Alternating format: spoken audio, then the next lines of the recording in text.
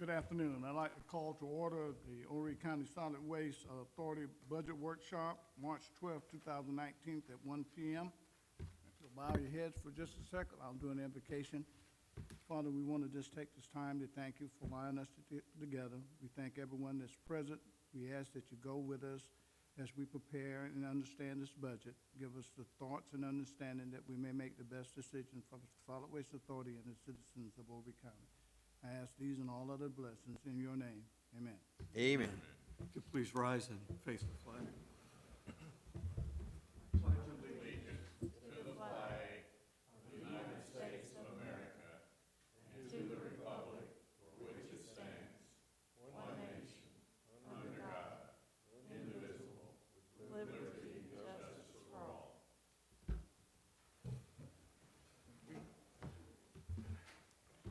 I need to get an approval of the agenda, please.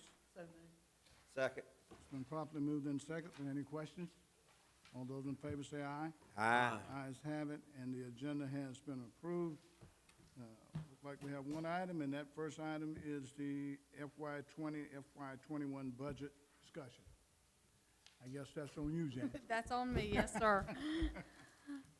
Just one little housekeeping thing that Nanette wanted me to mention. Most of you probably got an email from the Ethics Commission about filing your ethics report. She said that was just a mass email sent out to everybody, that everybody has filed and everybody's good, so you can disregard that email. Everybody's good. So, All good. okay, we're gonna take a look at the FY20 budget for this year. I just want to start off by thanking staff for all of their hard work. Like I said, you know, each director spent a lot of time going through, definitely watching their line items. Like I said, this is, like Danny had mentioned earlier, this can be a pretty quick meeting because we're very lucky that we don't have a lot of changes in this year's budget. Like I said, again, staff worked hard to cut costs where at all possible, with minimal increases. So like I said, we're very fortunate there. I'm going to begin on page 1, which is our disposal and recycling operations summary of revenues. Just want to kind of go through where we are seeing any changes in our revenues for next year. Starting with the tipping fees, as you can see, our tipping fees are up slightly at 2.8% from FY19 at $14,188,000. I'll kind of, when we get to page 2, I'll kind of go through which areas increased slightly. Our recyclable materials sales, of course, are down due to the loss of the Charleston, and as you can see, it's down 52.7%. The interest earnings, we've got that going up 14.3%. Like I said, we continue to see an increase in our investments. The treasurer's done a great job at always looking at new options she has, and she continues to work with me every time she sees something she thinks it's worthwhile for us. She'll give me a call. She'll, you know, like I said, she's been very good. Anytime we've got any projects going on, I try to let her know that we may need some cash. So she's been very good. As we continue to, as we start this project on the MRF upgrade, I'd already had some conversation with her this week about kind of what the payment schedule will be, and so she's aware of it. So she, you know, we've got it kind of worked out. So she's done a good job with that for sure. The waste tire rebate, of course, that's the money we get from the state.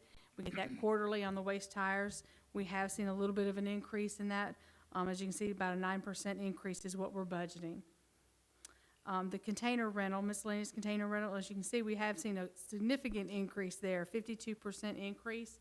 And that has to do, of course, with the additional containers that we purchased last year from Myrtle Beach Recycling and from Waste Industries.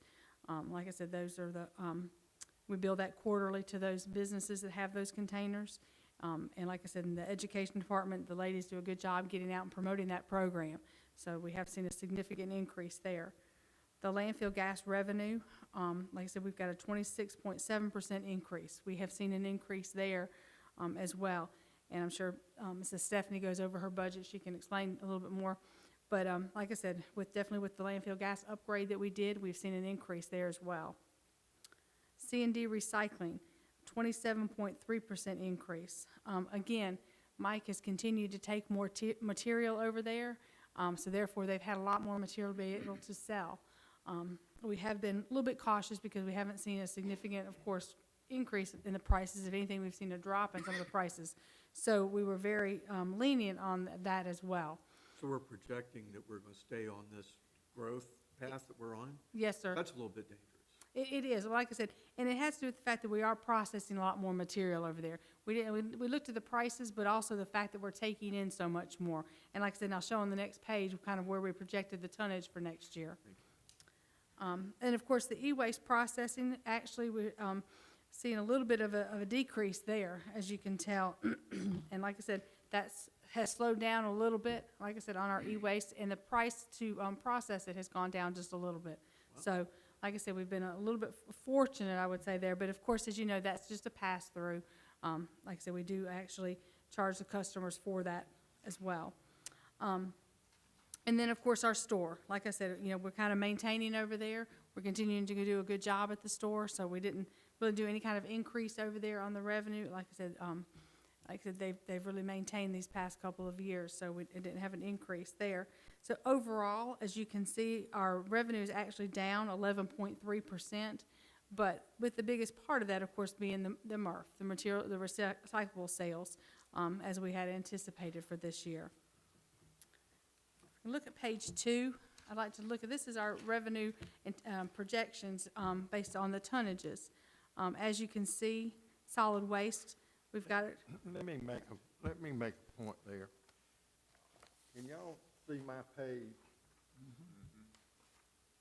If you'll outline, draw a circle around 2020, 2021. 2020, Okay. that's basically what you're talking about. 2019 is the year that we're in today, and we're about halfway through that. And 2018 was the actual expenditures for 2018. So really, basically, we're looking at 2020. 2021 is next year, but we, bylaws say we look at 2-year budgeting. But that 2020 is really what we're focusing on. That's right, thank you. And Danny's exactly right. You can see that we had actual for FY18 was 262,809 tons. We projected 260,000 tons for 19, and as I've stated in each of the board meetings, we've been exceeding budget. So as you can see, we do have a slight increase of 265,000 tons in solid waste. When I take a look at these projections on the tonnages, I take a look at last year versus this year, first half of last year versus first half of this year, just so we can see, you know, time-wise where we fall, and we do an estimate on, you know, on those projections. So I feel pretty comfortable with this. I always try to be very cautious not to overestimate by any means. Yard waste, we actually are seeing a decrease in that tonnage. As you can see, FY18, we only had 31,514 tons. This year we projected 35,000. I think we're just right at budget this year. But I think a portion of that, of course, had to do a little bit with the storm that we received this year. And so I try to, when I do take a look at these, I back out anything dealing with the storm so that we're looking at our actual tonnage that was brought in on a normal basis. And so this year we've got projected of 32,000 tons for yard waste. Mixed construction, as you can see, was 108,509 tons so far this year outside of any storm debris or anything. Like I said, we're running a little bit ahead of budget. So as you can see, I've gone from 110,000 tons in FY19 to 115,000 tons. Our biggest increase, as you can see, is in the C&D recycling. As you can see, in FY18, we did 12,949 tons. We projected 9,500 tons in FY19, and we're running well ahead of budget this year. And so for FY20, we've projected 17,500 tons to be sent over to our C&D processing facility. Like I said, Mike and I kind of got together and sat down and took a look at what he felt like the maximum they could process over there, and they're kind of at that capacity right now and what they're doing each month. But they have increased that significantly. They're sending a lot more loads over to that facility, which is a positive for sure. So that's where we see our biggest increase in our projected tonnages for next year. Like I said, just going through the rest of them, as you can see, there's just some slight increases or decreases. And like I said, that just has to do with, where we ended up last year versus where we think we'll end up at the end of next year. If you have any questions on any of these, please feel free to stop me at any point in time and holler at me. Page 3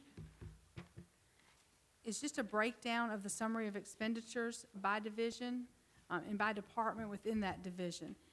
We're going to go through each department, and each director will kind of go through their budget, giving you, going through any significant increases or decreases by line item within their budget. But this just gives you an overall, shows you the percent of increase or decrease by department.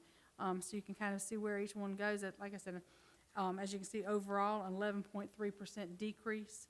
And like I said, as we go through each department, you'll kind of see where these play out. I'm going to begin over, I also want to go over page 6 with you real quick. This is our summary of budgeted personnel. When we ended Charleston contract this year, Danny had tasked us with getting our budgeted personnel back in line with where we were in FY15. That was prior to Charleston. And because that was the promise that we made, that we would get back to that budgeted personnel. In FY15, we had 56 full-time employees, and we had 5 unfunded positions. As you can see, in FY20, we have 58 full-time positions and 3 unfunded. And where that difference comes in is we have added 1 recycling driver to this year because we had taken on so many new containers with all those additional containers that we had purchased from Myrtle Beach Recycling and Waste Industries. There was a need to add a driver. The other is another recycling driver for the possibility of picking up food waste next year. So we've added a position with that option for next year as well. And then the other position was a trades worker for household hazardous waste that we added last year in FY19. So like I said, that's where that additional position has come in. That's the difference between where we were in FY15 and where we are in FY20.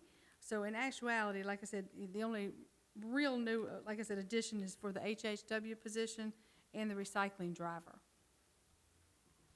Go ahead. Heavy That- equipment operators, we've lost 3. Well, we did, yes, sir, we have. We've changed those around. We've taken some of those and put them into recycling drivers. That's kind of a new category that we've taken some of these to. When we did the salary study last year, we took a look at some of these positions as compared to other municipalities, and they deemed their recycling drivers, which are the drivers that actually go out and service the cardboard containers. And they used to be heavy equipment operators, and we changed them to recycling drivers. So that was kind of a But we change. retain the employees, Yes, sir. reassign them. Exactly, Well, yes, that's a sir. good move. Exactly, yes, sir. That's a good move. That was one thing I wanted to talk about in the budget. I'm glad you put a person in there to start picking up food waste, because I think that's one thing we don't need to lose. We need to grow. And if the people doing that are not handling their responsibilities, which I'm not sure they are, we don't need to be losing the schools or anything else. We need to be adding to that. Did you also add money for equipment for that driver? We did, yes, ma'am. We also budgeted for a truck for that as well. Thank you. And we'll talk about that a little bit more. Okay. What our intentions are. I think you'll be okay with it. I'll hold my questions in there. Okay, that's good. Okay, and I'm going to begin on page 9, going through the, starting with the Board of Directors budget. Just to kind of cover this for everybody's division, I want to kind of go over some of our across-the-board increases, as you will see. In the personnel costs, that'll cover, like I said, for everybody, we have built in a 3% merit increase, and of course, that 3% is based on each position's starting pay for that position. So that's an annual increase of 3% based on the starting pay. You're on page 8. I'm on page 9. Page 9, I'm going to begin on page, I'm just going over some of the across-the-board Where's increases. ours? Looks like we got a decrease. Is that where that driver's coming from? There you go. We certainly need to talk about that, then. Also built in is the annual bonuses. We have a 1% increase in retirement this year, as mandated by the state retirement system. We factor in a 20% increase in health insurance annually. We never know from year to year exactly what they're going to increase our health insurance, so we always are very cautious about that, but we budgeted a 20% increase in health insurance. And this year, we have probably our largest increases in our tort, a 25% increase in our tort and liability. Currently, there's a Senate Bill 7, that they're looking at now, that we could possibly see anywhere from a 30 to 50% increase in tort. And so we knew that that was a very large amount. So we contacted Horry County to kind of find out how they were going to handle this, what they were budgeting for. And so we did the same thing that they did. Like I said, they said they were budgeting about a 25% increase. So we did the same thing, so that way we would kind of be somewhat prepared for any kind of increase we may see based on this Senate bill. And we continue to monitor that so that we'll know. You're gonna talk about this later, Yes, sir. just a minute. Yes, sir. Okay. Okay, beginning on page 9, this is the Board of Directors Department. Very little change in their overall budget. They had a 0.9% increase overall in the budget. As you can see, retirement is up slightly, and of course, that has to do with the 1% increase. Same thing with tort insurance. It's up, having to do with the 25% increase. Going on down, the memberships and dues are up slightly, just like I said, just with the opportunity, to have more board members attending more conferences, more memberships. So overall, like I said, the FY20 budget is $90,318,000. Like I said, a 0.9% increase. Very, very minimal. Over on page 13, in the administration department, covers the executive director, the human resource manager. We have a recycling and marketing clerk, but that position is unfunded, and then our custodian and groundskeeper. As you'll see, there is a 26% decrease in their salaries, and that has to do with the fact that we had a director of special programs, which used to be Mike's position, and that position is no longer in our budget at all. Like I said, that position has been removed, so that's why you see a large decrease in this department. We actually, like I said, Mike's position is now as the director of landfill operations, so we'll see that when we get to that division. As you remember last year, when Bill left, we took that salary and we did our compensation upgrade based on, and then transferred Mike Right. into that department, so he came out of the administration department. And so that also, like I said, of course, affects all the other costs associated with that position. You'll see a decrease in the FICA, the workers' comp, the health insurance and retirement, and the tort, having to do with that, as well as there are some increases, of course, built in. But overall, like I said, a decrease there. Slight increase in utilities for electricity and heating.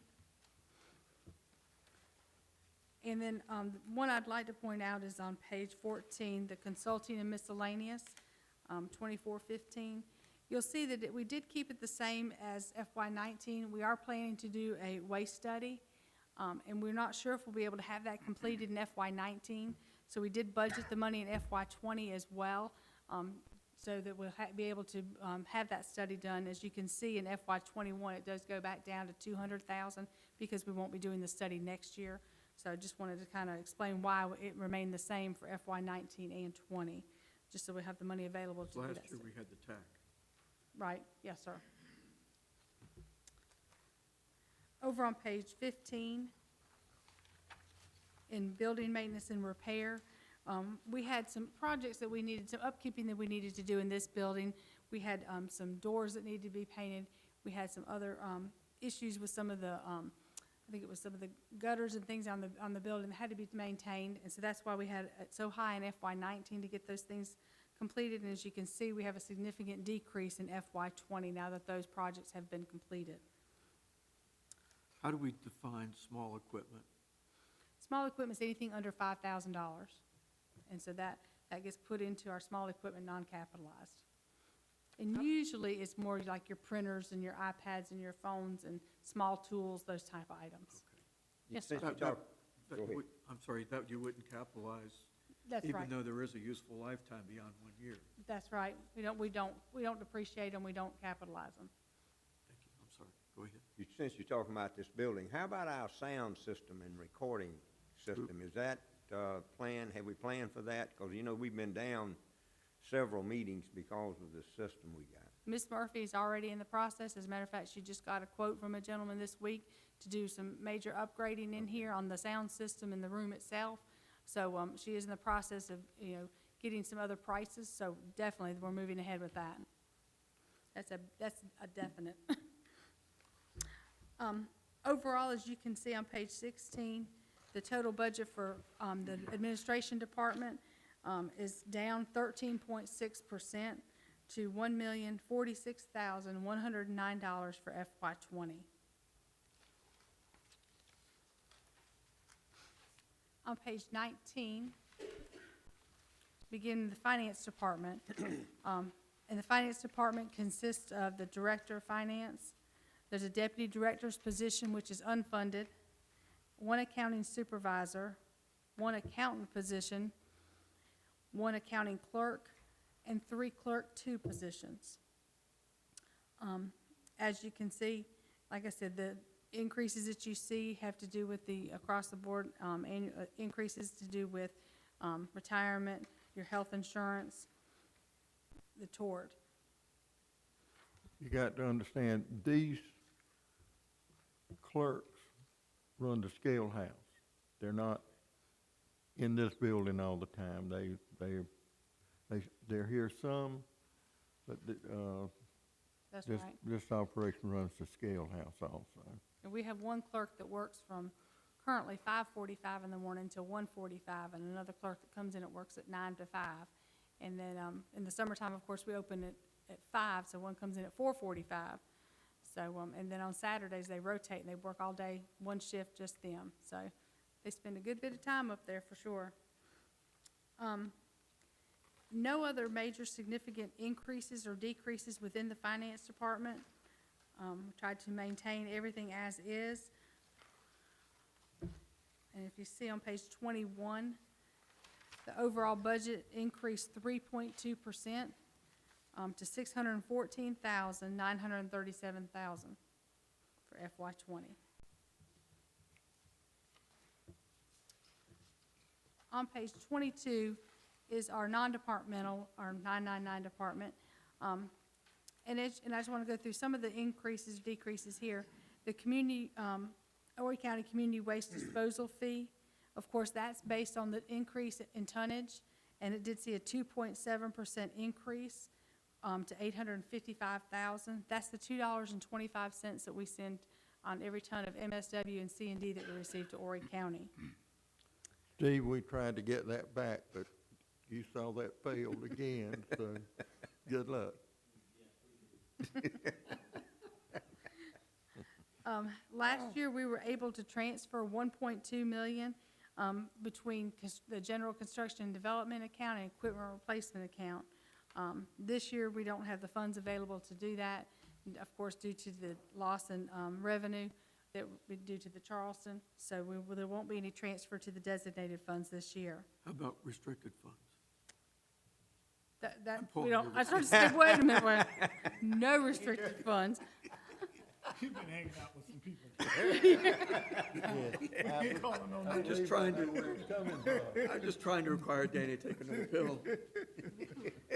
You just made my heart drop a little. Seeing if I was away. He must Yeah. have got a different book, because I didn't see that. Yeah, I was, the thing about it, is I'm looking, I'm going, He's about 20 years back, right? Yeah, that scrapbook. As you can see, we maintained the recycling grant, keeping $150,000 in there for the recycling grant again this year. A new line item, as you'll see, is the Horry Georgetown Technical College Mechanics Program. We've been working very closely with them to support this program to hopefully help us to fill the mechanics positions. This is terrific. It is, like I said, and I know, like I said, we, Richie and Nanette and Danny have been working with Tech very closely on this, so This is exciting. So we've agreed to give them $5,000 a year for 5 years. So this is the first year that you'll see this as well. And then, like I said, you just have the support services for unincorporated. It's gone up just 3%. So overall, this budget had a 38.9% decrease of $1 million. It's down to $1,826,969. And that's the end of the administration division. I'm going to turn over the next division, which is our operations division. One thing you may notice in this year's budget, we used to have a operations division and I think it was a recycling division. And we've combined those, as Mike is the director of operations, and he oversee both of those. We kind of combined them into just a operations division. So I'm going to turn it over to Mike and let him handle the operations division. Thank you, Ken. I'm gonna let, as far as our environmental management department, property management department, Stephanie handles that, does a good job managing our budget and coming up with all the numbers, and I'm gonna let her go through with it, with y'all, go through her part of the budget and go over some changes and tell you some of the things we're gonna be spending the money on. All right. For the most part, most of my budget items have been relatively close to the same. There have been a few very minor adjustments. But if you look at 504-2420, which is our engineering, that one was increased substantially. And what this covers is our semi-annual groundwater monitoring event, which is contracted through Garrett and Moore. Page 26. And that, all of these figures, I consult with the engineers and get the scopes of services from them in order to be able to prepare this budget. It was $55,000 designated for the semi-annual groundwater monitoring event.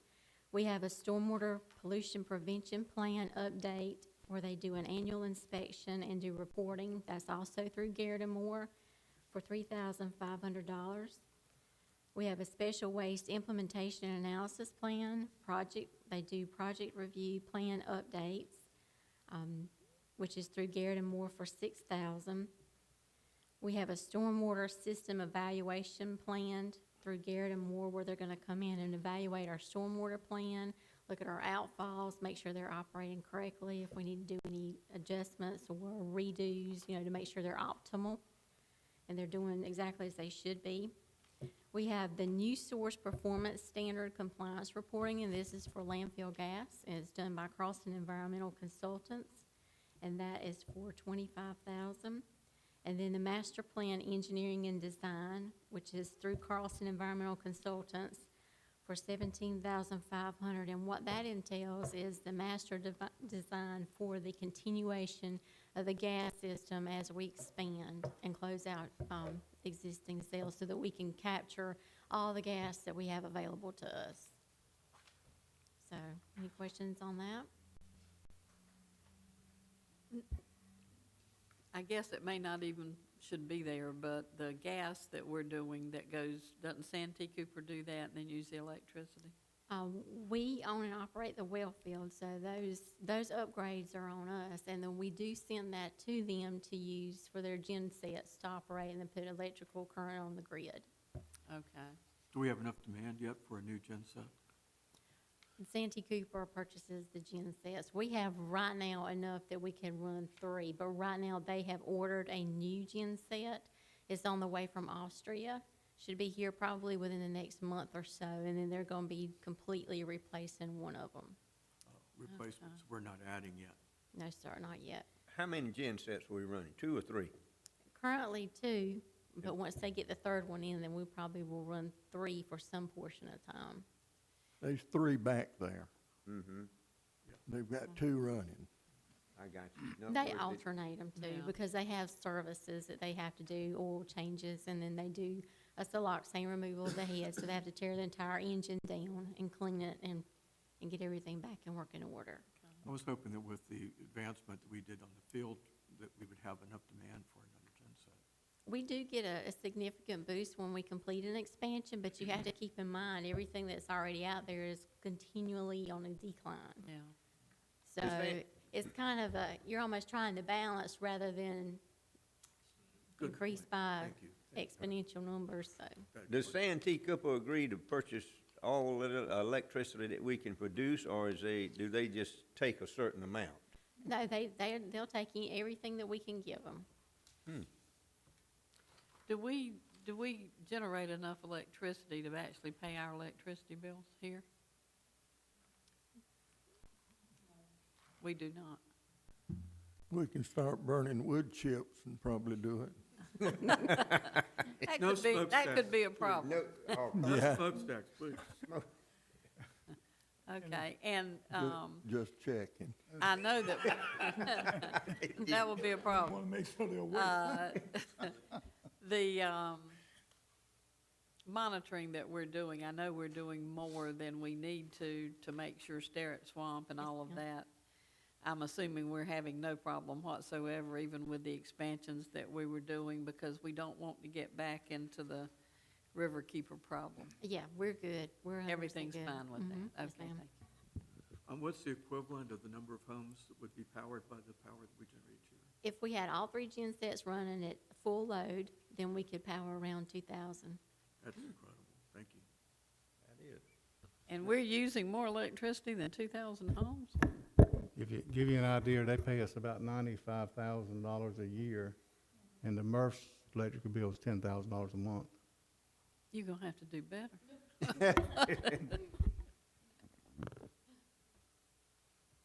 Any other questions on that?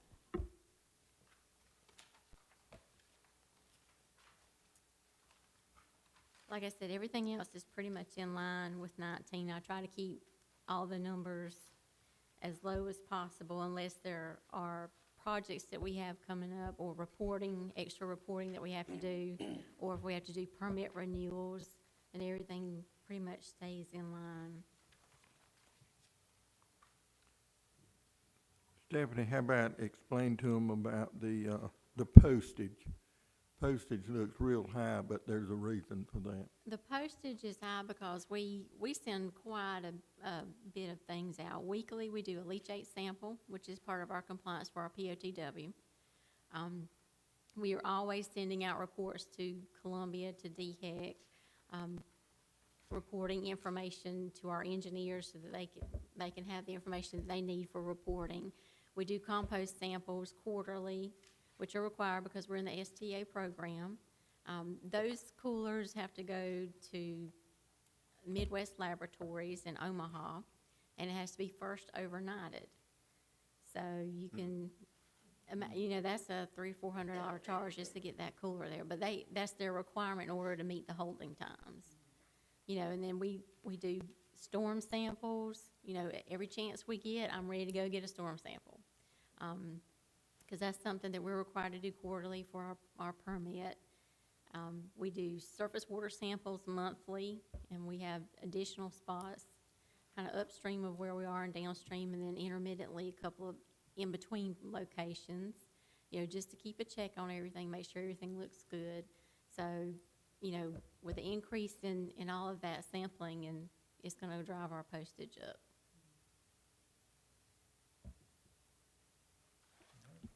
I think you're doing a great job, and I appreciate you doing more than you need to make sure we satisfy environmentally what we're doing.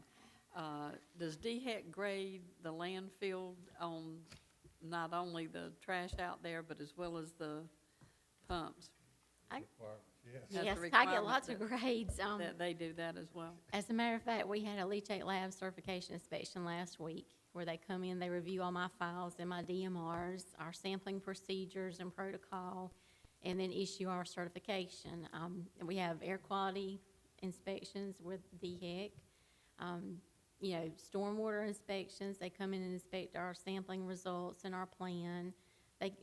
They just, I'm in the inspection world. Right. I'm right in the middle of it. I understand that you have an excellent record, and I appreciate that. Well, thank you, I appreciate it. Have we had inspections, overall inspections, but for a long time, they gave us ones. I haven't heard anybody mention. Well, we've not had any issues with them. We get a pretty clean one. We got a call last week Somebody had complained about odor, and they showed up last week out of the blue. Didn't find anything wrong. Did an inspection of the landfill and give me a clean record on the landfill. How neat. Oh, nice. So, and they brought the air guy with them when they come. And, they'd been out riding around and, off the landfill to try to see if they could find out where the odor was coming from and then come to the landfill. And we rode around the landfill with the windows down and, got a good clean inspection. So I thought that was, good. And it's like I say, we do have odor sometimes when it's real foggy, and there's not much we can do about that. But we do everything we can to keep it down. Tell them what we do. Well, we make sure everything stays covered. If we got an odor problem we think somewhere, we try to chase it down and fix it if we got one. We also spray an odor neutralizer. And when we have people in the community do that, we start driving that truck through that community, and try to eliminate it. But it's like a mosquito sprayer that you see the county's got with those trucks, and it's a mister. We run that all the time. So we're always covering, and you gotta keep it covered to keep the odor down. And of course, the methane system's a key in that. You know, that's one of the questions they ask, well, have y'all released any methane from your torch or the plant? And no, you know, we burn it, or either we burn it through the torch, or either we use it through the engines. And then he wanted to go check the readings. So we went to the plant and checked the readings to make sure it was doing right, and everything turned out good. And I was kind of proud of that. Wayne and them guys do a hard job. It's a hard job keeping the odor down. Do we have detectors that ignite the stacks? How do we go through the steps of igniting the stacks? It's the whole skid that's out there. If the gas is using so much, it pushes so much to the torch. If the generators are using, let's say the well field's generating too much, and the generators can't run all of it, then what it can't run, it pushes toward that torch and automatically ignites it, and it burns it out. So there are detectors on the Oh, torch yeah. that determine when to ignite it, okay. Yeah, and it'll ignite it, and like, if all the engines go down, and that's happened, all of it goes to that All of torch. them will torch. It's either burnt or used for electricity, Good. one of the two. And our methane count's been up pretty good now for a while. So, and rain helps that, makes it go up if it rains. And we've had a lot of rainy days here lately, so we're definitely looking at that. Thank you. All right, I guess it's my turn. We're gonna go over the landfill division. That'll be 510, starting on page 30. As Jan said, we have had some increases in our health insurance and other things that you see. Of course, you see the salary's gone up, but that's because I've moved into that position. And we moved one of the ladies from the MRF over to the landfill division as an accountant that we added into there. So that's what that 700,000 went up by. Then on electricity's up. It seems to be up in all lines of business. For electricity has definitely gone up in that arena. So you can see there was an increase there of about $13,000. Water and sewer has been a big increase, and you can see a large increase there to the tune of about $17,000 in water and sewer increases. That is also the leachate tanks, when you say water and sewer. So that's leachate that's coming from the system being transferred into Grand Strand Water and Sewer. Increase in rain, increase in volume, increase in dollars. And as much rain we've had in the last 12 months, that price, the cost of it's gone up. And that's what that's related to. But Grand Strand controls that. Well, by how much we release to them. And, when the tanks get full or partially full, we always discharge. And I don't know too many days go by that we are not discharging into Grand Strand, and it's metered. And then they bill us for it. There's a whole lot of things that makes up that bill. It's the concentration of the leachate. If it gets real concentrated, the price goes up. And that's by us measuring it. We measure it and check it and test it every morning. And we have to turn those results over to Grand Strand. So sewer is a big cost for us. Contractual services for tires, there is an increase in there, but that's due to the increase in the tires that we get, and you've seen an increase in revenue coming in. There's also an increase in the tires and the cost of dealing with the tires. The equipment maintenance, we did have a small increase there of about $9,000. That's due to the maintenance department having additional maintenance. Other than that, there was no other big increases. N510, with the exception of fuel and lubes, we did budget about a 20 cents per gallon increase over last year. When you look at all the federal regulations and federal diesel prices and stuff, and you look at the futures on it, it says it's going to be about 20 cents per gallon increase over this year. And we have increased that across the board by about 20 cents a gallon. So you'll see that increase in every line of business that we do. Any questions on 510? 511, our yard waste starts on page 36. The only thing in that department that we had any increases on that amounted to anything other than our normal wages and health insurance and stuff was up on page 37, under tires. We got a loader back there we need to put a set of tires on, and we increased it by $5,000 over last year. That was the only increase in that department. Any questions?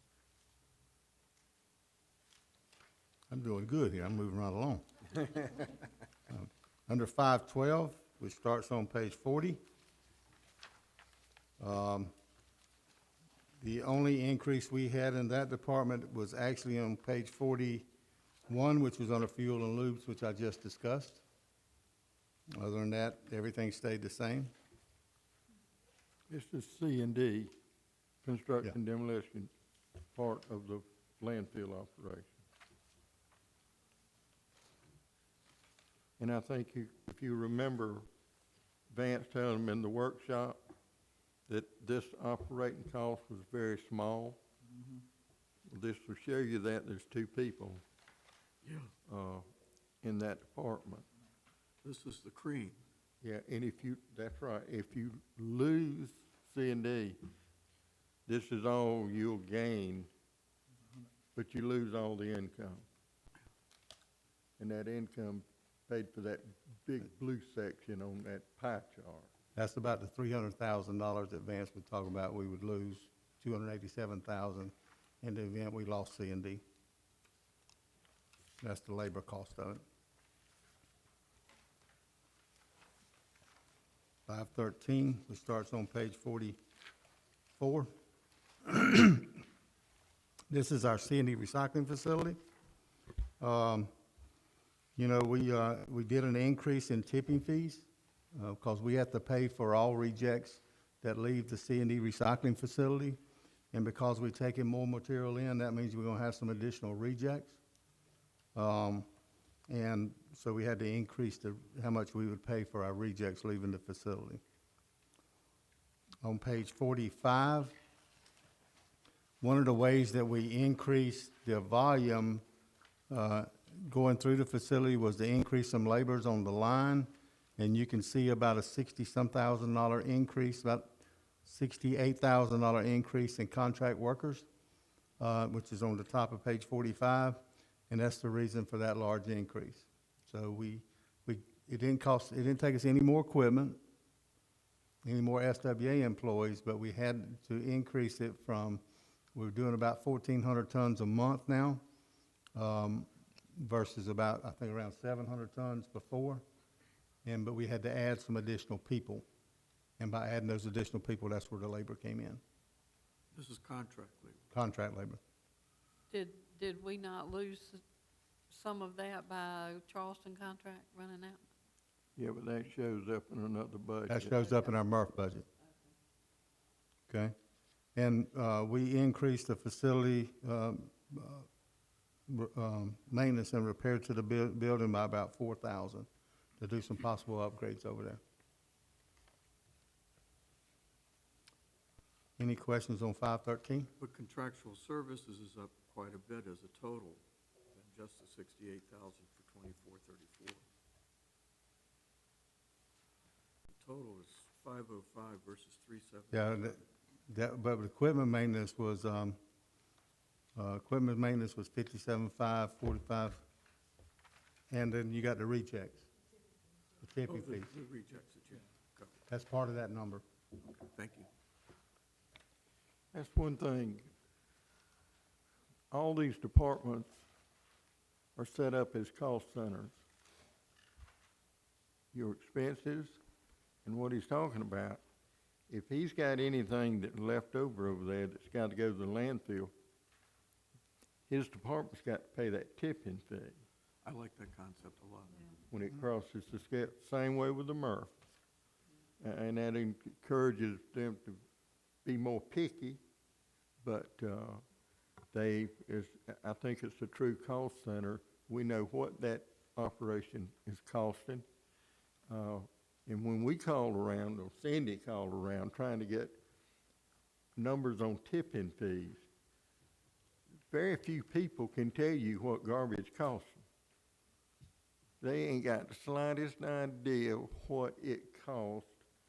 Well, we got a contract, they take it so-and-so, well, how much does it cost to pick it up?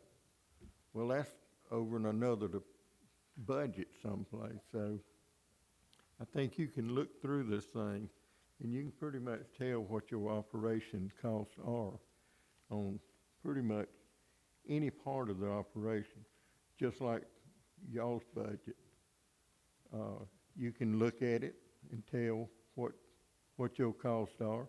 Somebody questions about something, you can go to that page and tell them exactly what it's costing the board to operate. And you have legitimization when they request, why did you increase our tipping fees? And you can show them exactly what drove the cost up. Yeah, I like that. And why?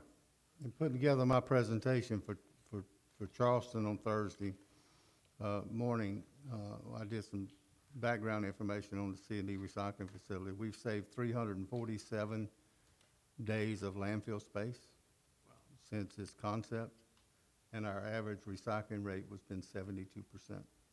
What part is that in? C&D? C&D recycling.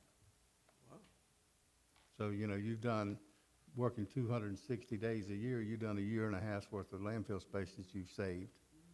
And you've recycled and put back, sold stuff enough for 72% of the material. I thought it was, And I Pretty wish good number. the lady that used to go to county council was still living, because she complained about C&D. They had a company, and she saw what was being thrown away. And we're looking, we're gonna get into it, and this is a pretty big statement there, and we can stand on those figures. okay. On 519, there wasn't any pay, starts on page 48, but the first change in the budget was on page 49. We did have about a $2,000 increase in small equipment, non-capitalized equipment, which would be some equipment for the shop. And also facility M&R, we did go up about $6,000 on that department for facilities maintenance and repairs. Got some maintenance and repairs and stuff we need to do over there. And other than that, in the maintenance department, there was no other increase. Let's talk a little bit about the program that we've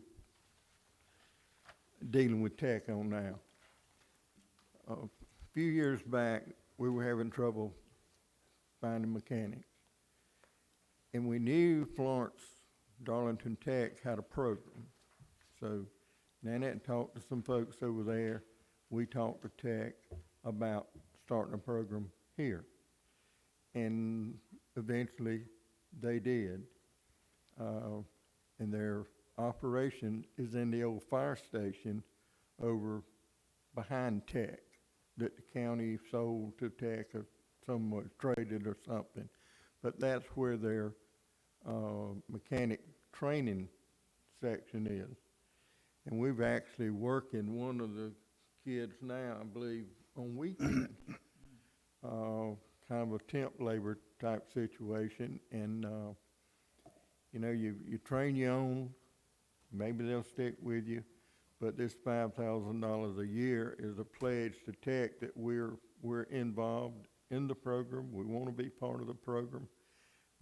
Rich and Nanette's been out and met the teacher and the kids, so I think it's a good program, and there's a lot of maintenance shops around this county, and when you read the national magazines, everybody's having trouble with operators and mechanics. So I think it's, when we went to Nashville last year, we were checking in, and a kid said, "What part of South Carolina y'all from?" We said, "We from Conway or the Myrtle Beach area." He said, "Well, I'm from Manor." And he was in Nashville in a mechanic diesel school, and he knew the Murphy Group. So he went there for training. But now Tech's got a training situation here, and I'm proud to be that we were part of getting it started. 5,000 is a very small contribution to the benefits we seem to be receiving. Yeah, it is. The Florence Darlington facility over has been very successful, and they have been, I reckon, for about 15 years ago they started it, and have been very successful. This group out here at O'Ree Georgetown Tech, they are also doing outboard motors. They've got a program in that and a program in for the mechanics to work on outboard motors. But like I said, we're looking for mechanics to work on our equipment. It's going to benefit us. I'm like Mr. Ives there. 5,000 is a small amount. If there's any way that we can increase it, I'd like to see that increase. No, we good at that. Okay. I'd like to say, We'll take all donations. I'm really glad that HGTC finally got, Say again. I'm glad they finally got on the board with the mechanics 15 years ago when Florence Darlington Tech Right. was doing their program there. We tried to get them involved with mechanics, and so I'm glad to see that finally they saw the light and saw the need in this county to do something. And I'm glad we can be a part of that because mechanics has been a big thing. So we've lost a lot of people, like you say, we lost a lot of people going out of state Yeah. and going to Florence Darlington Tech. Most of the people who trained in this area went to Florence Darlington Tech. So that's a good plug for them. And the difference, the positive with this program here, they can pretty much go any place they want to go. And the one at Florence Darlington, they kind of tied in with a company that's where the kids will go when they are trained. So we're hoping for the best out of it. And we have an intern working with us now from there.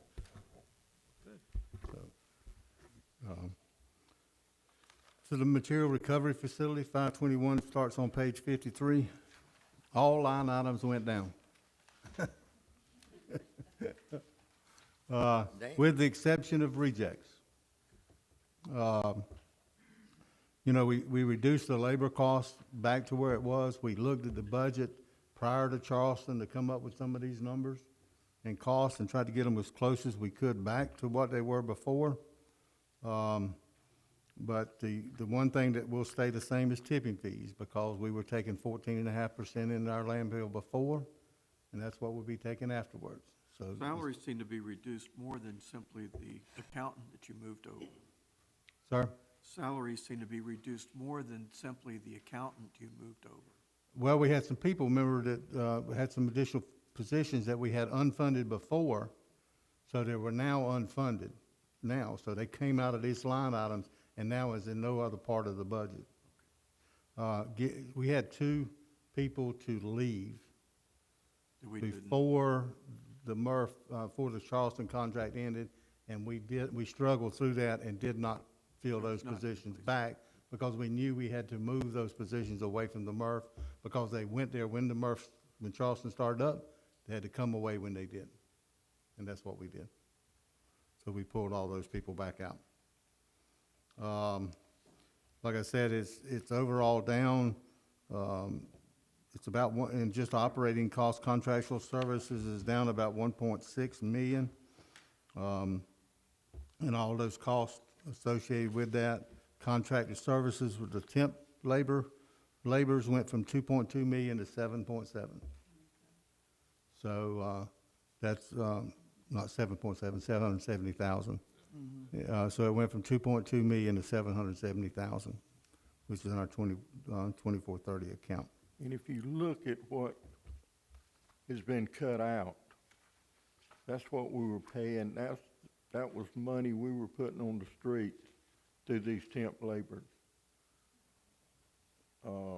Horry County lost a lot of labor money, didn't they, when that And we Charleston cut out? We should have got some of that economic development money. I think we should have. Can we reply back, Apply for that. backwards to do that? I'd be scared to ask today. The contract labor, do we use contract labor for anything other than the MRF? The line, the C&D recycling line, the 10 people on the C&D recycling line. Okay, And we use some picking up Paper, you know, in the plastic landfill. but- bags. bags, right. Yeah, but we'll I- call and say we need 3 or 4 tomorrow to come out and pick up paper on the landfill, or for 3 days this week. When the wind blows a lot, and we get a lot of paper, we'll call the labor company and say, I need you to send me 3 or 4 for the next 2 or 3 days. And we use them on the landfill. Other than that, that's what we use it for. Okay, thank you. Any questions on the MRF? Any? Fuels and lubricants also went down substantially. Yeah, well, the equipment, instead of running 21 hours a day, is running 10, so we reduced all of that. Mike, how about give them an update on the floor, Yeah, we contract? Yeah, we're gonna be doing the floor as we have in the past. You know, we've done sections of the floor where it was wearing out. We now will do an additional, our bid actually come in a lot lower than we thought it was going to. Based on our last price to the bid this time, it went down tremendously. And so we will be doing more square footage within the same amount of dollars we got budgeted. Same contractor doing the. Different contractor, Different contractor. different But you contractor, had trouble with the last one, right? right. Yeah, They didn't bid this time. they did. What do you do about expansion joints? The It's reason still, I'm it is that expansion joints, the crack will come right back into the expansion Well, joint. the reason I'm asking is because the operators on the lifts and using hard rubber wheels, their backs take a big beating every time they cross an Yeah. expansion joint. What they typically do when they get a expansion board, they'll put a saw cut in it to keep it on that same expansion joint. So you're constantly rubbing. You gotta remember, that's just not concrete. It's got an epoxy in it, it's And got metal, metal aggregate and ceramic in it. we might consider some kind of compound to put in the expansion joints to make a smoother run for the hard lift operators. The hard rubber wheels will. We are, but like I said, we should be able to do, we are hoping, and I think Rodney met with the guy today, or supposedly met with the guy today to determine the actual square footage, but we're hoping that we can do 90% of what needs to be done in that MRF this year, total. So it'll be, and that floor will make it good for about another 7 years. Same type warranty that you had on the last one applies for this, I'm sure. A little bit different on this one, a little bit more. A little bit more, okay?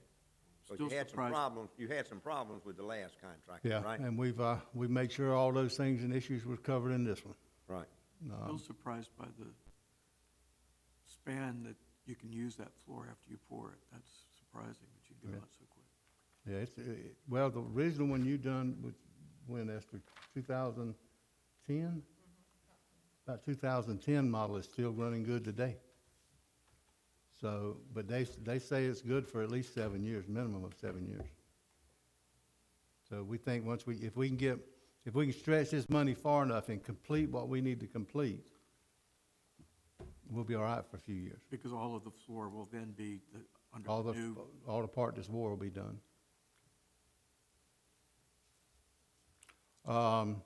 As far as we're in the middle of negotiating the contract for the rebuild of the MRF line. We've been in negotiating now since the board gave us permission to move forward with it. I have the final version, just was emailed to me this morning, and I hadn't had a time to do the final review of it, but we've had conversations with the owner of Machine X. To everybody, we did agree they are backed up on building equipment. So they gave us some additional lines and more equipment, some that we could not afford to buy. It's about $200,000 worth of equipment that I wanted that we didn't have the money to do with.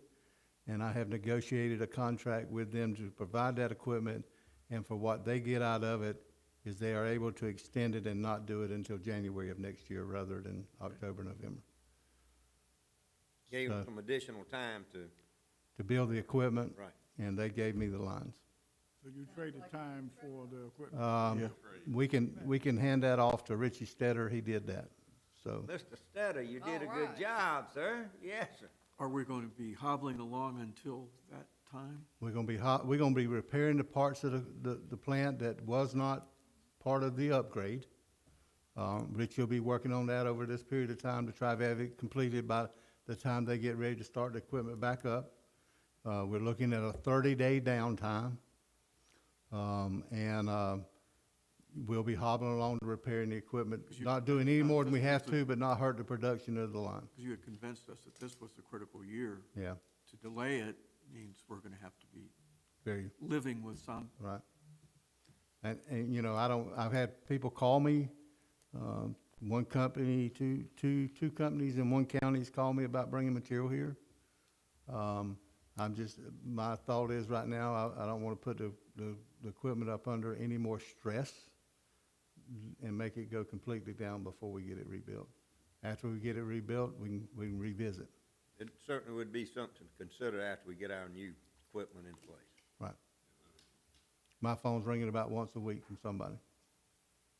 They're wanting to bring recyclables, I'm assuming, Yes, ma'am. nothing else. That's it. Okay. One company's just wanting to bring newspaper only out of New Hanover. One company is wanting to bring, company is wanting to bring it from another county, which is commingled newspaper, no glass, and cardboard, which is at recycling centers like we have here in the county. That's where it would be coming from. And then another county wants to bring their commingled material here, which is without paper in it. So, Mike, you feel the delay in getting, starting is worth the wait? Because like both said, we were under the gun at the first to get this done. So the new equipment that we will get is the process of the time waiting is worth the wait? I think it's worth the squeeze. It's gonna put us on a tight thing. I did not want to do I had the option to do the line upgrade during December, late November and December. I do not want to do it during the holidays. It will make us take longer than 30 days to complete it because people's gonna want Thanksgiving off, people's gonna want Christmas off, people's gonna want New Year's off. And plus, that's some of our busiest time as it comes related to our collection and hauling department, picking up cardboard coming from all the Christmas and stuff going on. I did not want to be in the middle of that doing a thing. So I either had to get it done in October or wait to January. And they were telling me it was just about impossible to do it in October. And of course, we talked them and discussed with them, staff talked and discussed with them the part of it that October, they said October was just not an option for them to get it here on time. And that they understood if we didn't and wanted to go with somebody else. But they couldn't do it in October, and then that's when the negotiating process started, and this is where we've ended up at. Have we already started doing the in-house cleaning and preparation? We've been working on that way before we ever got the contract finished. We've already rebuilt some lines and other things, but we'll be doing that over the next 6 to 8 months.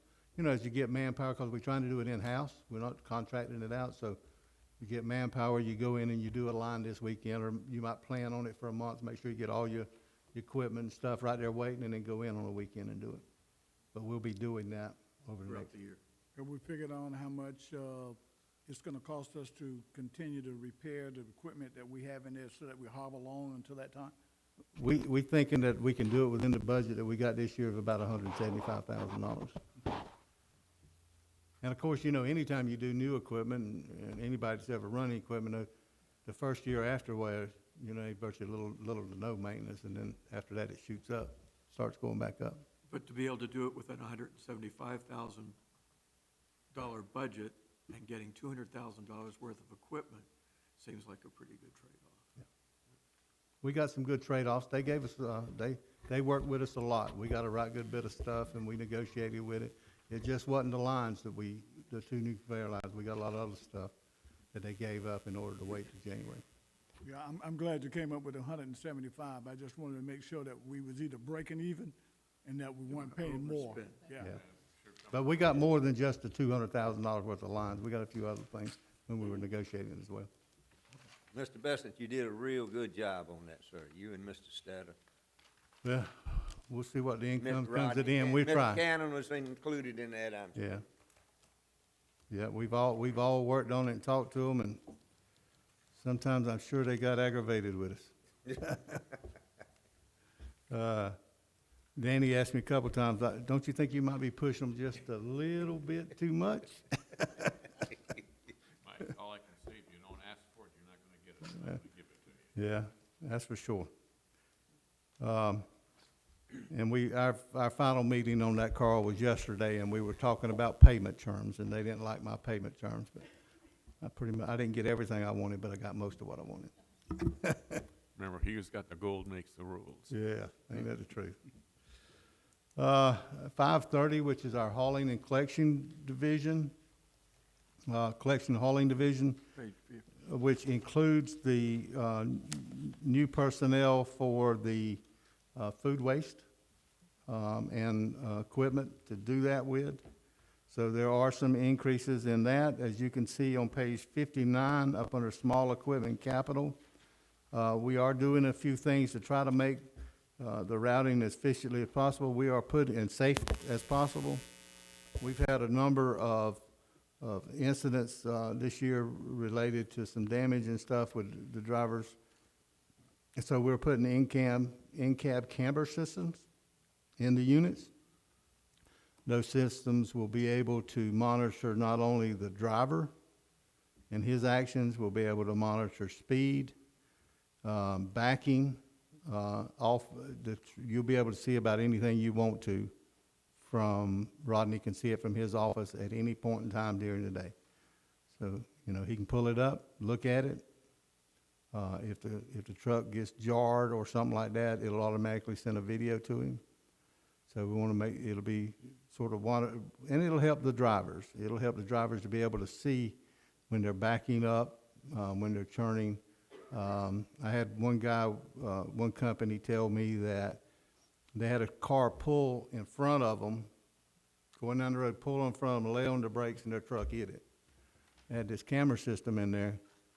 Of course, they were going to write the driver a ticket till they showed them the camera footage that the car whipped in front of them and laid the brakes on it. Then they wrote that person a ticket. So not that we've had any of those situations where we rear-ended anybody, but we're trying to focus on safety. How much of the food to compost delivery are we anticipate taking on? Well, I have a view of compost, that we've been talking with the company that currently operates here in Horry County. And our first stance was, what will it take you to do more? How can we help you do more?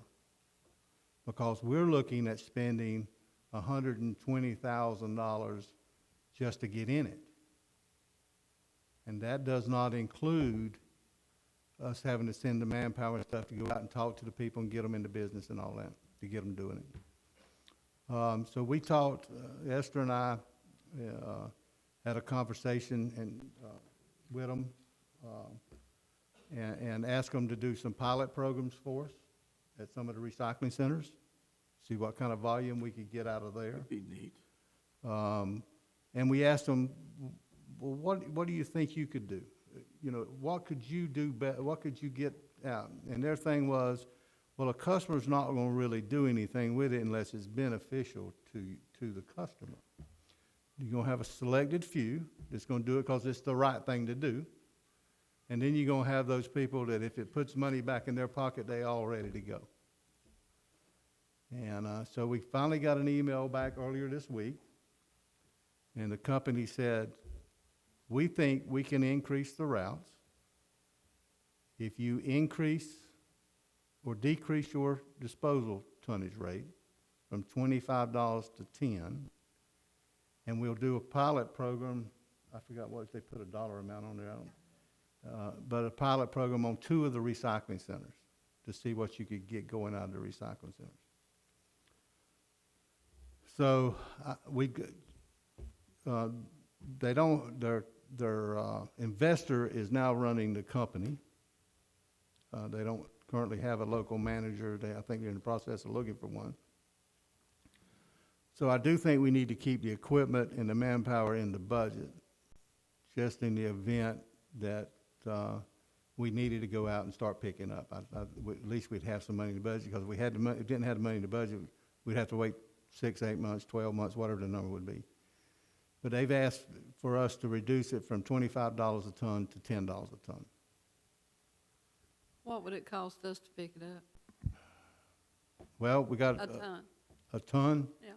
That's gonna be based on how many you can get. Right now, they're bringing 1,000. They've been working in the area for about 2 years. They're bringing 1,000 tons a year in here.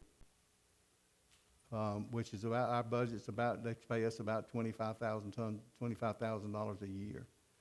So you're talking a $15,000 reduction to allow them to try to go out and get more of the market.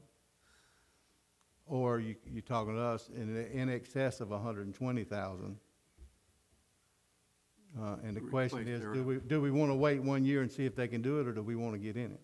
Well, my suggestion would be, I'd like to see what they could do, because that means we would have to look for a market as well. I mean, if they're already in the business and they're already doing it, my feeling would be if we give them some time to see, based on what we're doing for them, to see if we can increase it. Otherwise, we spend $120-some thousand, and we don't have any more markets than they have, because we would be competing for the school market, right? Well, typically, we don't compete against the private industry, so Yeah. anything they have, we wouldn't touch. So we'd have to find our own markets. I think what we can do, I've talked to Mike about it, it makes sense if they can stay in business. They need to stay in business. And if we see that reducing the tipping fee is the way to go, then I think we could set up sort of an incentive program, a grant program to offset our loss on the tipping fee. And that way, if anybody else comes in, we would have to see how they would perform before they got that tipping fee. And I think there'd be some strings attached to it that we could manage it, and it'd be another incentive to keep them in business. Right now, I don't think there's anybody there there's nobody there except the investor, I think. Are they gonna reduce their fees to the schools? Because the fees, the I schools are think paying for are what he quite high. put, the way they do it is they pick it up by, it looks like based on, I don't know how they charge, but based on their email to us, it looks like they do it by the ton. They estimate by the ton.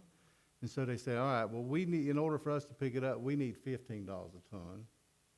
The county's charging $36, so you're saving, 20-some dollars a ton by us picking it up if our portion of it's 15, and then we got to pay the county out of your 16, so so there's so much savings to the customer.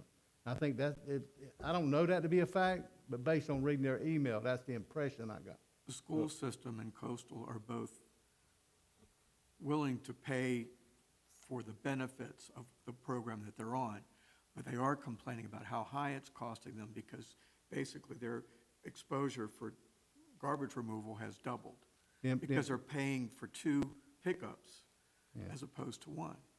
Yeah, and we had a long conversation about that, and I totally understand what they're coming from, but, you know, it's hard to get, when you're removing food waste, you're not removing volume. No, You got an 8 cubic yard yeah, container full, you take the food waste out of it, you're talking a small amount.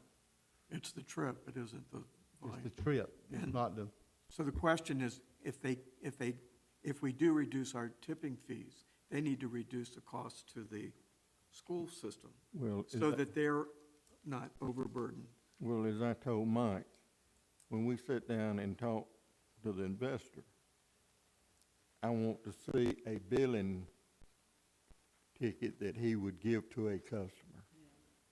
And we will know what he's plugging in for the tipping fee There you go. or whatever, but, you know, we want them to stay in business. Yes. If they can, Yes, but if they can't, then we budgeted to where we can step up. we don't want to lose what we've gained here. we don't wanna lose what we gain. And that, And we and by do want putting it this to in grow. there, we sort of put a, And we do want it to grow, and they're not putting any energy in trying to grow beyond their current route. yeah. Well, maybe they didn't have the energy to put, and that was the thing I was gonna ask. Are they willing to take on more customers?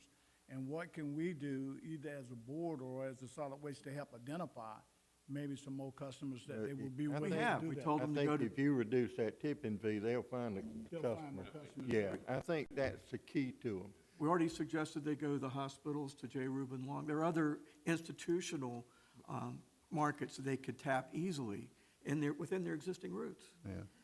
When you go to places like J. Reuben, they're gonna have to do it because it's the right thing to do, because they're not gonna, J. Reuben may save some in the courthouse because it's going in a compactor and they're bringing it here and they get charged less tonnage. If it's in a square front load container, they're not gonna see any difference in the cost. Right. So for those locations, but I believe J. Reuben's got a compactor now, and if that compactor, they'll be paying less tonnage, because the Good. weight will be out of there. But not less for the haul weight, but for the tonnage of garbage coming in. So it'll just about be dollar for dollar there, a place like that. And you're right, I mean, if they can go to a number of places, but it's gonna be just like coastal, because they're gonna end up paying two different fees. And so the people are gonna have to be willing to pay those two different fees in order to get into that, even though we have a lot of people out here that have it, are they willing to do that? And so that's another question that we would have to.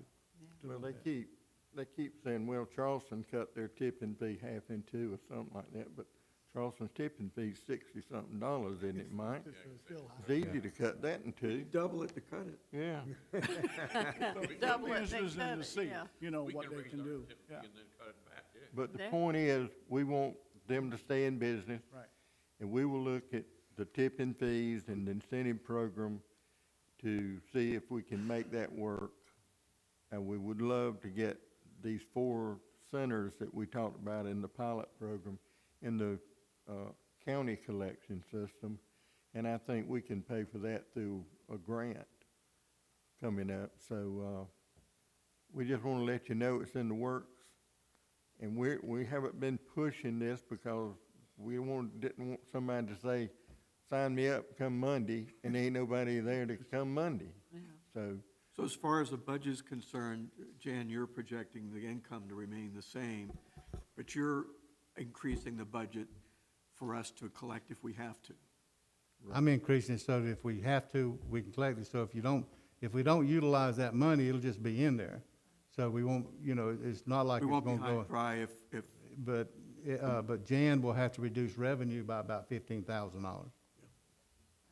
Well, I think it's smart to put the money in the budget in case they just decide to fly the coop, then somebody will have to step in to do it, and you don't have to go back to look for the money, it'll already be there.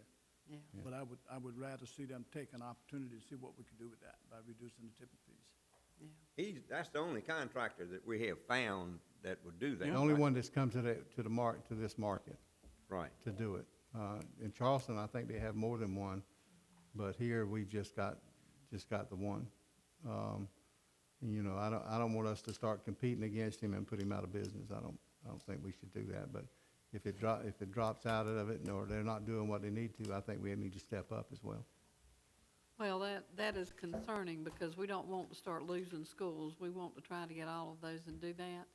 And I can see going back on their fee, but now from 25 to 10 is a pretty good savings for them. And we do need to see what they're charging and if they can give the schools $1 or $2 break or something like that. And of course, I'm sure this will be over just a period of time to do that and relook at it again. But I do think we hopefully need to keep them in business. Yeah, I think we need to look at it every year when during the budget process and see where we at, what we Thank do you. with it. My greatest fear is that, there's other counties that do it, and we're gonna have to keep a close eye to make sure it don't, some other counties and the food waste don't end up here. I think if they talk to Machine X, they'll know the negotiations are tight. Don't beat him up too bad. But that's basically 530, that was the biggest part of it. Up under 22, we put containers in there, and that was for the food waste containers. In case in the event we had, each one of them food waste containers is estimated cost about $250 a piece, because they own a sealed lid. They're sealed. Yeah, and so those are the things that basically did the increase in 530's budget. If they stay in business and do that, and we've got this in the budget, we might want to pick a few restaurants, big ones or somewhere, that would generate a whole lot of food, whether it's a huge farmer's market or whatever, and put a couple of containers out for them to pick up to see what that would generate, if we're not gonna be the ones to put them out, and it's in the budget. Well, that was the reason for that demonstration project, to find out. Any other questions? That's it for me. I think it's wise to include the provision in case. Thank you.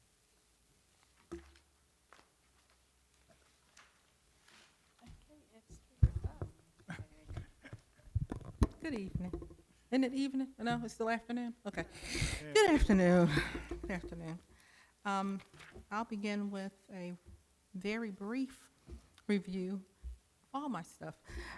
Starting on page 62 with the Public Education Department. That's the department that covers our 2 recycling coordinators. In preparing the budget, we tried and I believe did a pretty good job in maintaining all of our funding levels as they were, with the exception of personnel services, which Jan covered earlier. There was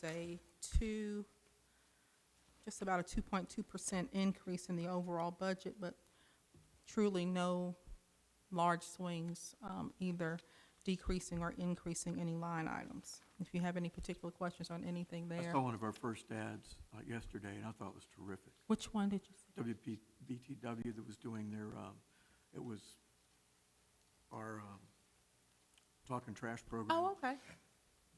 We rotate the bidding Yes, each sir. year for the Yes, sir. media outlet that's doing it, and I think Yeah. they're doing a terrific job. That was a terrific. Yeah, that was a great partnership. They're Yes. taping Talking Trash presentations today. So if you don't have any questions on public education, as I said, the fiscal year 20 budget increased 2.2% over last year and is at $245,344. Corporate Affairs Department, that budget, line item budget begins on page 67. 2 positions in that budget, Director of Recycling and Corporate Affairs, as well as an administrative assistant. Again, there were virtually no major changes to this budget. We again held the line pretty much to last year's funding. Overall, there was a 2% increase in this budget, which brought the fiscal year 2020 request to $397,224. If you have any questions on that one, I'll be more than happy to respond.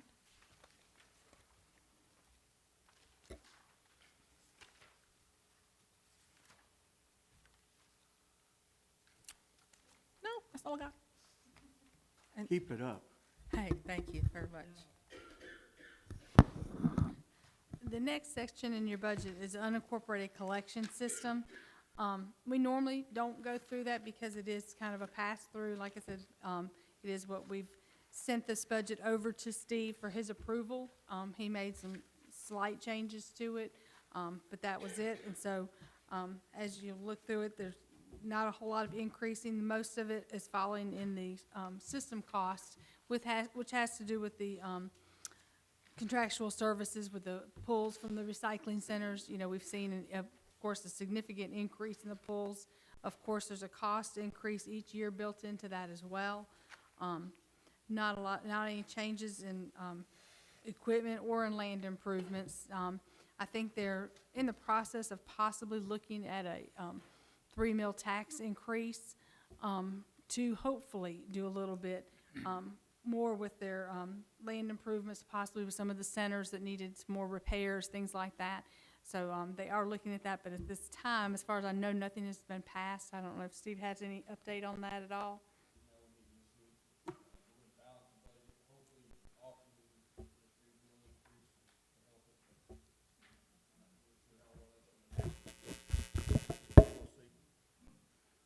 So, My only concern on the convenience center is I've had 2 complaints, and one of them was from the same person twice. He's complaining that he's getting nails in his tires when he's going through the convenience center, jumping off trash. And I don't know how difficult it is to have somebody drag a magnet around the parking lot to pick up the nails or whatever. But Mr. Schwarzkopf, the site attendants on a daily basis usually sweep, Okay. especially around the bulk waste containers, to hopefully avoid that type of incident. I can't say that they get every nail, but yeah, that's. I go to Jackson Bluff probably about once a week or every 10 days, and I've been doing that for 20 years and never had a problem. But you know, this one guy seems to have 2 problems and whatever else. So You sure you're not punching his stomach? he maybe might. He I'm backed all over that place, and I got thin tires, and I've yeah, never, you and me both, Mike. Yeah, never picked up a nail, so I don't know. Like I said, You may want to check that complaint, to see if you're Yeah. buying new tires. he probably figured you want to get some new tires for free or something. I guess I don't know what his plan was, but that was the only comment I've ever heard is that he's been there I don't know how many times and had 2 flat tires. So. This retirement fund seems to have increased at a greater rate than the other retirement. From the other page, the one for the, right. is that for the administrative? No, Yeah. that's for the, On page 73. Page 73.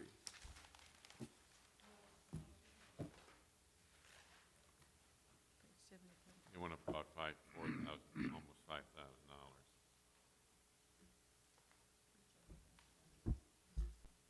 it is the on the retirement, is that what you're talking Yes. about? Yeah, 1225. 1225. Okay, then that should, like I said, the health insurance should be up the same amount. The retirement should be up just the additional 1% on the retirement. But I'll have to check that to make sure, but, It's up 5,000, and that seems not in accordance with the other divisions. okay, I will take a look at that and see. I'll check that, because it should be, like I said, it should be in the same as the others. So there was no particular reason why this one should be more than the other. No, sir, like I said, because there wasn't any change, doesn't look like in their overtime, there wasn't any increase there. And like I said, well, but this is under the administrative, this isn't under, I was thinking it was under the centers portion as well. Yeah, I sort of say, if it had been under the man centers, I could understand, like I said, because we did add some additional part-time positions, but I will double check that. And you did increase number of people at the centers. We did increase they added a couple of part-time, yes, sir, like I said, that seems to be where they need the help the most. Like I said, they have the part-time people that can kind of fill in, and like I said, that seems to work the best. And we're not having to offer the full benefits for them, so. Esther, are we improving any of the centers this year like we did McDowell Shortcut? Currently, no, sir, there's no, No current plans? no current plans at this point in time. Jan mentioned that we do, every year we'll request a budget to do some extensive repairs to centers. Right now, that's more critical, as far as we're concerned, more critical than an overall rebuild of a center. And hopefully, if the county works out their budgeting issues and funding issues on that side, we'll be able to get some of that money to do some of that necessary and needed work. And with the part-timers, as Jan mentioned, we do, it's a tricky balance sometimes. And one of the items that we have to be wary of is, as a part-time employee, we have to maintain a particular number of hours over the course of a year, or we're absolutely required to offer them health insurance. So to help balance that, we will tend to have to increase the number of part-time people we have. Esther, how much does the full-time site attendant make per hour?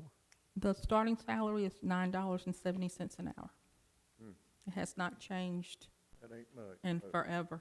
Not for what they do out there. No, sir. They really have a hard time. I talked to a lady out there this weekend, and she was complaining with her shoulder because they have to rake all the stuff down in those bins. Yes, sir.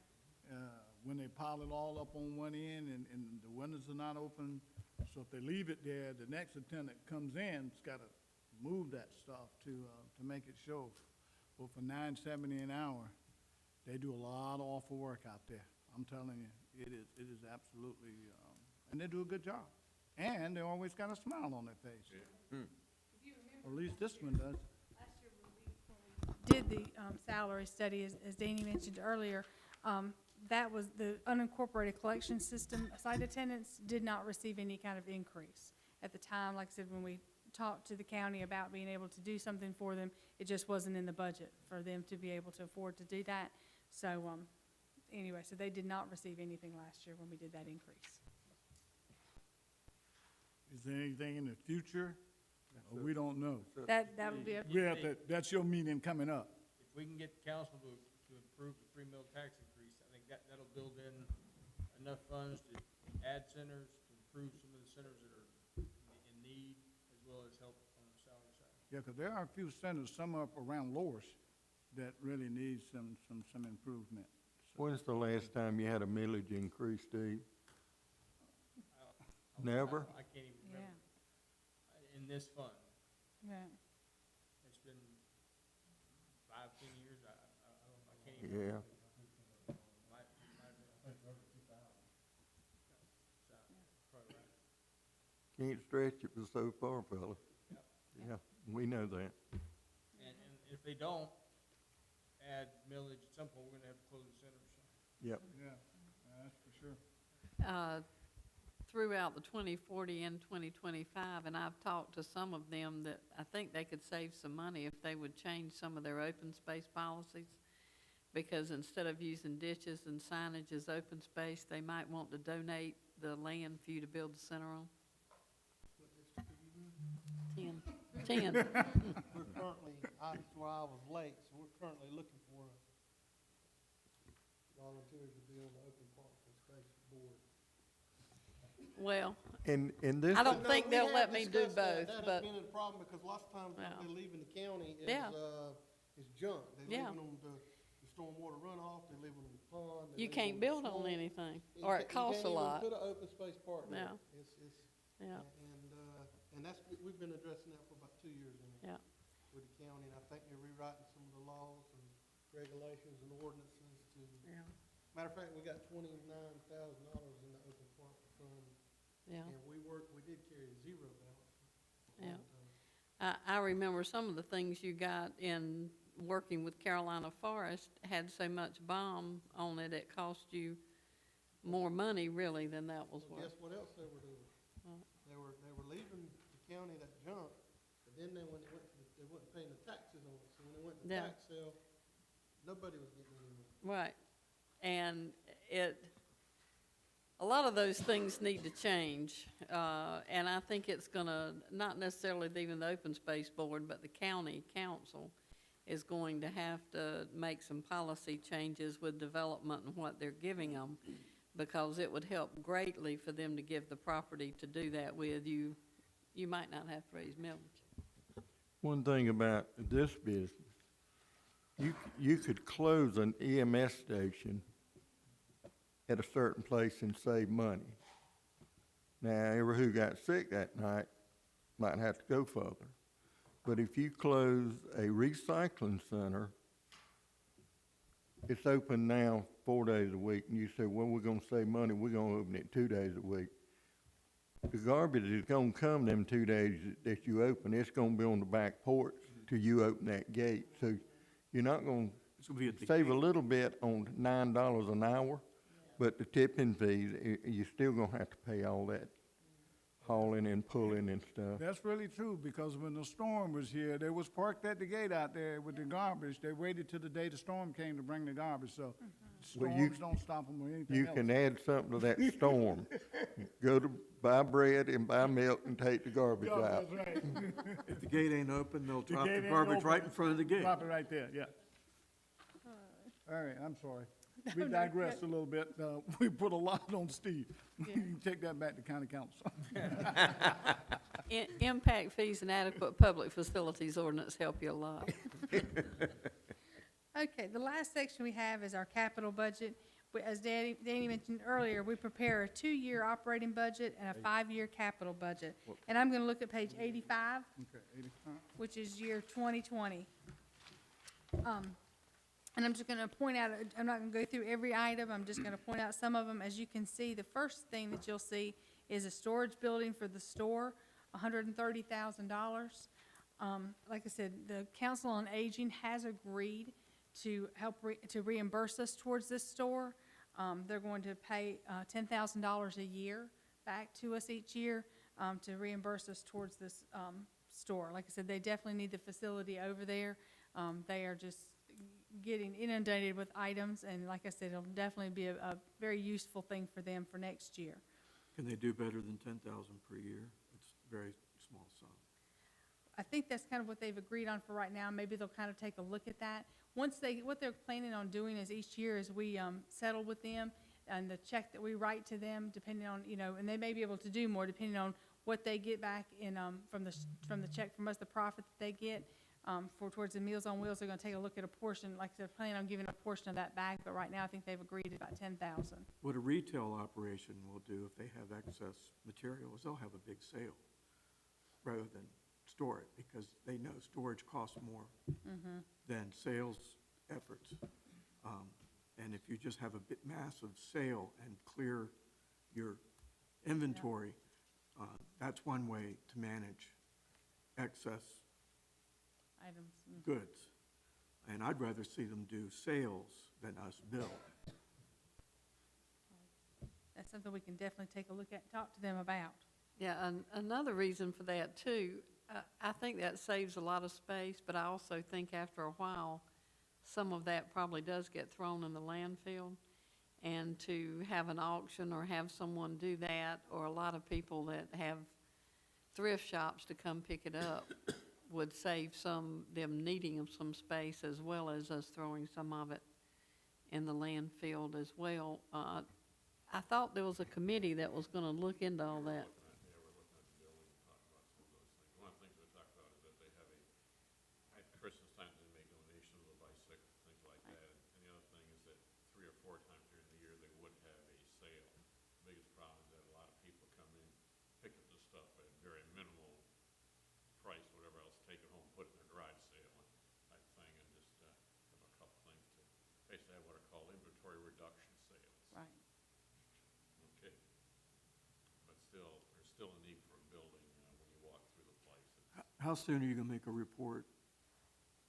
probably within, probably by the end of May, probably by the May meeting. So we're not gonna proceed on this until we get a report from the Right, committee, this is in the budget, and like I said, and we can, normally with the capital budget, once the budget's approved, everything in here is approved, but we can definitely bring this back to you for the board's Yeah, I'd approval like a first. systematic look that the Yeah. committee's gonna do, and then we can make a more considered opinion when we know fully what the costs going in and costs going out are.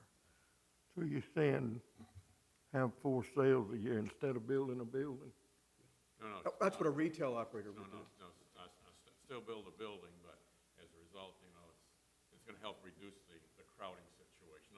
Building the building is still on the plan, yes. Having 4 sales a year is not a substitute No. for building the building. No matter what we do, we're gonna have to take down the house That's right. on the Conway side. It's got to come down. How much square footage is that? it's packed full of stuff. But how much area is that, do you know, I don't know. off the top? So part of it has to come down anyway, That's right, yeah. That old. and has to be, and you're suggesting replacing it. Plus, Absolutely, yes, yes. Basically, what we're talking about is getting rid of a 1910 automobile and getting probably about a 2019 automobile. this is a budget, non-authorization to proceed. I just wanted to be on the record. Thank you. Right. Yes, sir. The next item you'll see is, under the disposal division, a compactor. They have one due to be replaced. And one of the areas that we seem to have a little bit of problem with is our equipment replacement fund. We mentioned this last year, which is why we're putting some funds into that account last year. You know, as we fund it, we have to fund it based on the purchase price today. But of course, 5 years from now, when we go to purchase that piece of equipment, the cost has gone up. So little by little, that fund is getting depleted. So we continue to try to find ways to put money back into that account. And one of the ways that Mike kind of looked at to help was, instead of buying a brand-new compactor, he's looking at a recertified compactor next year, which would save about, $325,000, almost $400,000 by buying a recertified one. Putting it back in the system, for another 5 years. So that's where the compactor that you see there, and it says recertified, that's, like I said, one of the things he's looking into doing with some of the equipment to try to save some money. And as you can see, that would be $650,000. Let Mike explain what a recertified piece of equipment is. Maybe Mr. Campbell can do that better than I can. What they do is they basically will take it back into the factory, strip it down to the bare metal, to the chassis, sandblast it. Excuse me, I lost them. Strip it down to the chassis, sandblast it, take all the rubber components off of it, everything. Anything that's got 50% wear or less, they use that part. If it's got 50% wear, they put it back on. 50% or less, they put it back on, and they rebuild the system totally. The ones we looked at will have a brand-new motor in them. So you don't have, you can still get the 10,000 hours. You'll get a warranty with them, and things like that. So we would definitely look at doing that next year to try to save some money out of the capital account and depreciation account. As Jan said, it's pretty tight, but next year there's another one in there, and it's going to make it even tighter next year. That's right. As you can see, going on down, we have the scales and scales house upgrade. Like I said, we had that in the budget, of course, for something we were planning on working on this year. We don't think that we'll probably get it started and completed this year, so we put the money in there for next year to get that taken care of. And then going further down, as you can see, we've got the A2 Buse track development, the Phase 3 piggyback, and we're going to get started on some of that hopefully. So we've got $8,078,400 in the budget for that as well. Overall, the capital budget for 2020 is $12,894,300. And like I said, that doesn't mean that all of these items will necessarily be purchased. They are due to either be replaced or items that they feel like, projects we may feel like that we need to take a look at.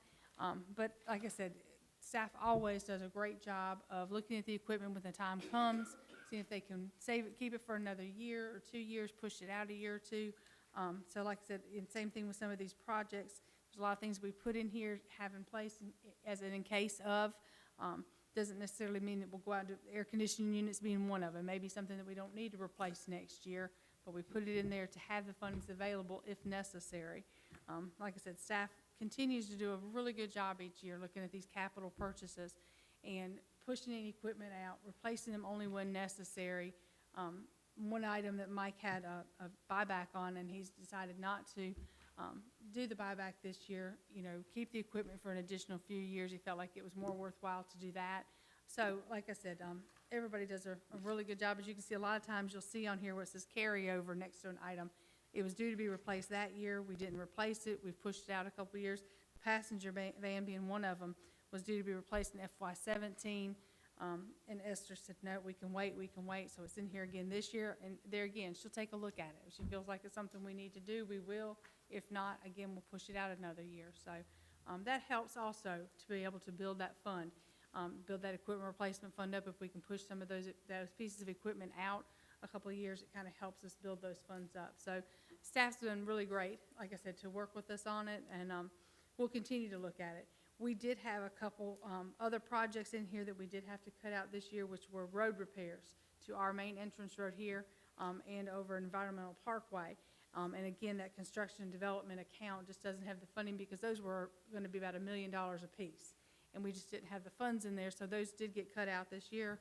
Next year, we'll kind of take a look at it, and we'll see where we are on those funds, and if they're available, we'll put them back in the budget.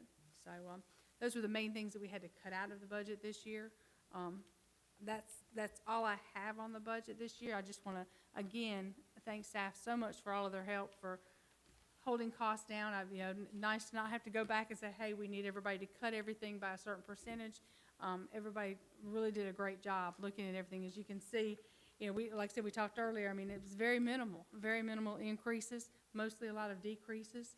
The personnel costs are things that we face every year, but we were very fortunate in that, we were able to hold things right where we needed to. And like I said, we're looking for a promising year, we hope. We're also, it's instrumental is to have a good market out there for what we produce. And I hope we continue to have a better market for our materials. You guys have worked hard at it, Mike. I think your team is really to be congratulated for finding the markets that you have and keeping the markets that we have. Cindy stays on that all the time. That's her main focus, is try to get as much money as we can for what we can get out of it. She does a good job at it. And this is Cindy back here. Cindy, she's the contact. She's out there looking for the market, man. Yeah. We are slated, I think, to present our budget to council during their workshop in April. Bring your own lunch. That was my understanding. We're supposed to have lunches on our own, but that's tentative. Like I said, I think they put us on in case, like I said, they feel like that we need to be there. But as it gets closer to that time, I'm sure they'll let us know, and of course I'll let the staff know and let the board know. And then the next part of this, like I said, we will have a public hearing on this in May, and then we'll ask for the board's approval in May. I appreciate everyone's help, and thank everybody for being here. I appreciate it. Think you did a great job, and it looks good. Feels good. I'm glad you put some things in there, the building, as well as for the collection and hauling. That way we don't have to go back and look for it. We'll know it's already here, so. Food waste. Yeah, so, great job. Any other questions for Jan or any of the other folks? Well, in that case, I'll take a motion for adjournment. So moved. Thank you. And Meeting we is will- adjourned. And we will probably be on Saturday.